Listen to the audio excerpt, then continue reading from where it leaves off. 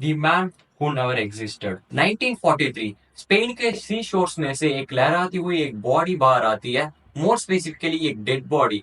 लेकिन ट्विस्ट ये है कि द मैन नेवर एग्जिस्टेड। उसका एक नाम, यूनिफॉर्म, आईडी और उसकी गर्लफ्रेंड की फोटोग्राफ होती, लेकिन वो सब फेक था। सो एक्चुअली ये बॉडी प्लांट करी गई थी ब्रिटिश इंटेलिजेंस से as a part of operation mincemeat, जो कि एक मास्टर प्लान था नाजिस को फूल करने के लिए during world war two. Basically ये सब इन्होंने इसीलिए किया ताकि वो उनके एनिमीज को बिलीव करवा सके कि उनका एलाइस ग्रीस को इन्वेट करने के लिए जा रहे हैं, बल्कि उनका असली टारगेट सिसिली था। और एक्चुअली इट वर्कड। नाजिस जल्दी उनके ट्रूप्स को सिसिली से अवे लेकर चले गए, वो भी एक कॉप्स की वजह से जो कि झूठों से भरी हुई थी। इससे हमें यह पता चलता है कि कभी कभार हमारा ग्रेटेस्ट वेपन एक बूथ भी हो सकती है। तो इसी तरह और मिस्ट्रीज के लिए फॉलो करना फैक्ट ट्रैक को। तो मिलते हैं अगली वीडियो में, तब तक के लिए पीस।